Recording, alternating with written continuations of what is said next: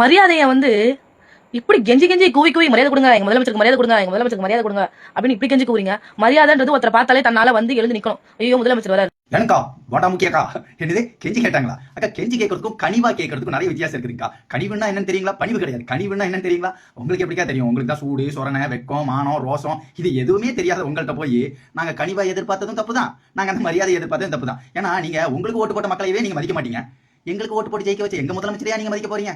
தப்பு தானுக்கோ தப்பு. அதாவது 5923.23 கோடி சொல்றவங்களுக்குலாம் மரியாதை கொடுக்கறது இல்ல. எனக்கா மக்கள் பணத்தை 10,000 கோடி எண்ணியே பார்க்க முடியாத அளவுக்கு கொள்ளையடிச்சவங்களுக்கு நாங்க மரியாதை கொடுத்து தான் பேசுவோம். சட்டசபையில இப்படின்னு பண்ணவங்களுக்குலாம் மரியாதை கொடுக்கறது இல்ல. சட்டத்துக்கு பயந்து கக்கூஸ்குள்ள ஒளிஞ்சிருந்தவங்களா இருந்தாலும் நாங்க மரியாதை கொடுத்து தான்க்கா பேசுவோம். அப்பாவை காணும் தேடினவங்கலாம் மரியாதை கொடுக்கறது இல்ல.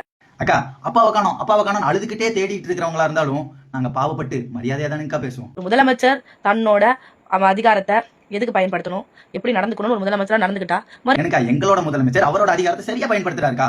ஊழல் செஞ்ச எதிர்கட்சி மேல பயன்படுத்தி இருந்தாரு வைங்களேன், எதிர்கட்சின்னு ஒரு ஆள் உள்ள இருந்திருக்க முடியாதுங்கோ. துறை முறுக்கு அமைச்சரே, அரண்மனை பேயே மூடுடா உன் வாயே அப்படி இருக்கு.